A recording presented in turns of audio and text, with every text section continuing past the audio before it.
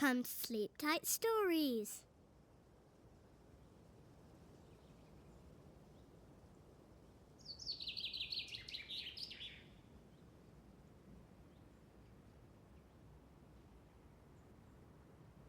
Chapter 4. When we had lived for a fortnight in Carlisle, we belonged there, and the freedom of its small fry was conferred on us. With Peter and Dan and Felicity and Cicely and the story girl with pale, gray-eyed little Sarah Ray, we were born companions. We went to school, of course, and certain home chores were assigned to each of us for the faithful performance of which we were held responsible. But we had long hours for play. Even Peter had plenty of spare time when the planting was over. We got along very well with each other in the main, in spite of some minor differences of opinion. As for the grown-up denizens of our small world, they suited us also. We adored Aunt Olivia. She was pretty and merry and kind, and above all, she had mastered to perfection the rare art of letting children alone. If we kept ourselves tolerably clean and refrained from quarreling or talking slang, Aunt Olivia did not worry us. Aunt Janet, on the contrary, gave us so much good advice and was constantly telling us to do this or not do the other thing that we could not remember half her instructions and did not try. Uncle Roger was, as we had been informed, quite jolly and fond of teasing. We liked him, but we had an uncomfortable feeling that the meaning of his remarks was not always that which met the ear. Sometimes we believed Uncle Roger was making fun of us, and the deadly seriousness of youth in us resented that. To Uncle Alec, we gave our warmest love. We felt that we always had a friend at court in Uncle Alec, no matter what we did or left undone. And we never had to turn his speeches inside out to discover their meaning. The social life of juvenile Carlisle centered in the day and Sunday schools.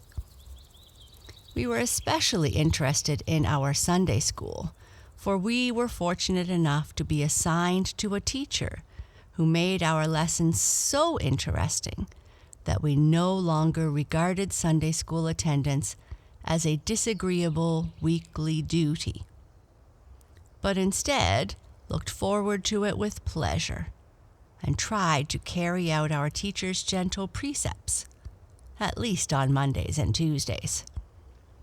I am afraid the remembrance grew a little dim the rest of the week. She was also deeply interested in missions, and one talk on this subject inspired the story girl to do a little home missionary work on her own account. The only thing she could think of along this line was to persuade Peter to go to church. Felicity did not approve of the design and said so plainly. "He won't know how to behave, for he's never been inside a church door in his life," she warned the story girl. "He'll likely do something awful, and then you'll feel ashamed and wish you had never asked him to go, and we'll all be disgraced. It's all right to have our mite boxes for the heathen and send missionaries to them. They're far away and we don't have to associate with them. But I don't want to have to sit in a pew with a hired boy." But the story girl undauntedly continued to coax the reluctant Peter. It was not an easy matter. Peter did not come of a church-going stock, and besides, he alleged, he had not yet made up his mind whether to be a Presbyterian or a Methodist. "It isn't a bit of difference which you are," pleaded the story girl. "They both go to heaven." "But one way must be easier or better than the other, or else they'd all be one kind," argued Peter. "I want to find the easiest way, and I've got a hankering after the Methodists. My Aunt Jane was a Methodist." "Isn't she one still?" asked Felicity pertly. "Well, I don't know exactly. She's dead," said Peter. "Do people go on being just the same after they're dead?" "No, of course not. They're angels then. Not Methodists or anything, but just angels. That is, if they go to heaven. S'posen they went to the other place." But Felicity's theology broke down at this point. She turned her back on Peter and walked disdainfully away. The story girl returned to the main point with a new argument. "We have such a lovely minister, Peter. He looks just like the picture of St. John my father sent me, only he is old and his hair is white. I know you'd like him, and even if you are going to be a Methodist, it won't hurt you to go to the Presbyterian church. The nearest Methodist church is 6 miles away at Markdale, and you can't attend there just now. Go to the Presbyterian church until you're old enough to have a horse." "But s'pose I got too fond of being Presbyterian and couldn't change if I wanted to," objected Peter. Altogether, the story girl had a hard time of it, but she persevered, and one day she came to us with the announcement that Peter had yielded. "He's going to church with us tomorrow," she said triumphantly. We were out in Uncle Roger's hill pasture, sitting on some smooth, round stones under a clump of birches. Behind us was an old gray fence with violets and dandelions thick in its corners. Below us was the Carlisle Valley with its orchard-embowered homesteads and fertile meadows. Its upper end was dim with a delicate spring mist. Winds blew up the field like wave upon wave of sweet savor, spice of bracken and balsam. We were eating little jam turnovers which Felicity had made for us. Felicity's turnovers were perfection. I looked at her and wondered why it was not enough that she should be so pretty and capable of making such turnovers.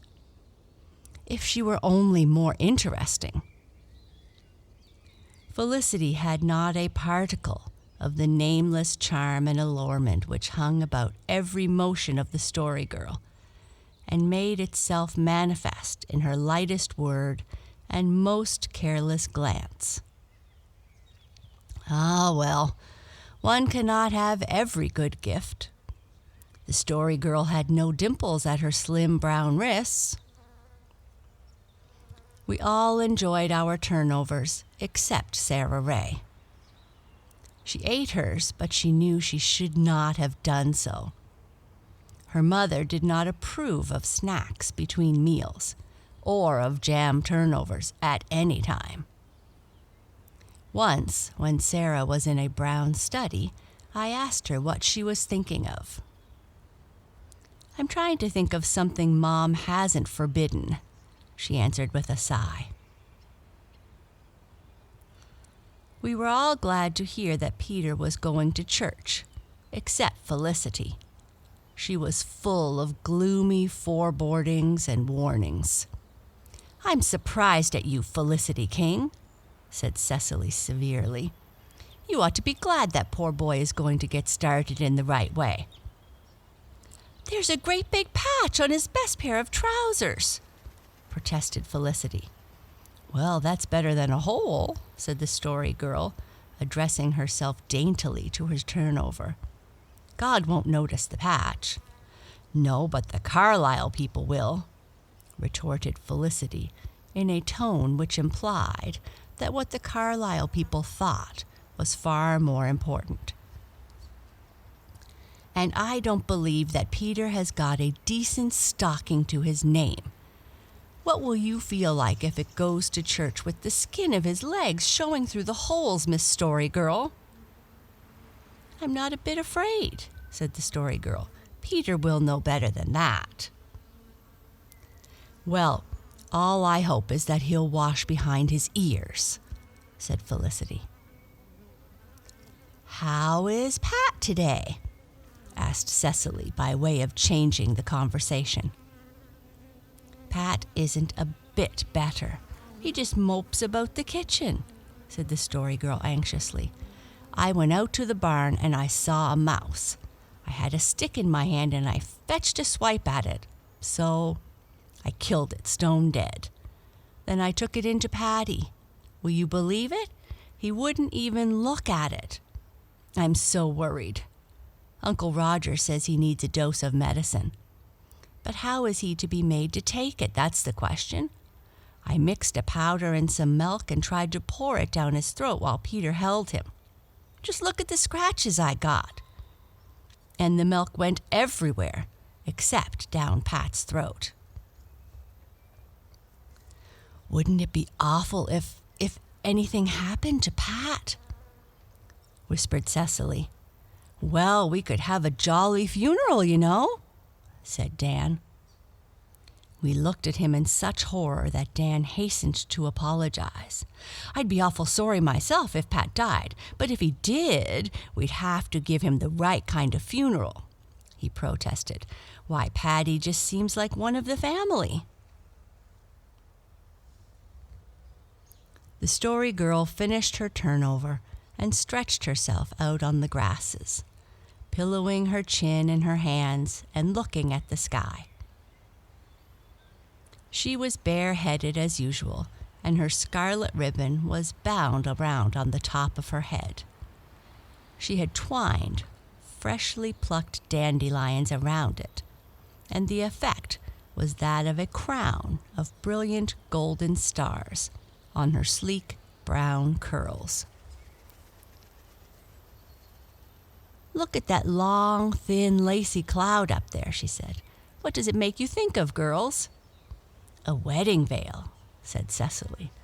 That is just what it is. The wedding veil of the proud princess. I know a story about it. I read it in a book. Once upon a time.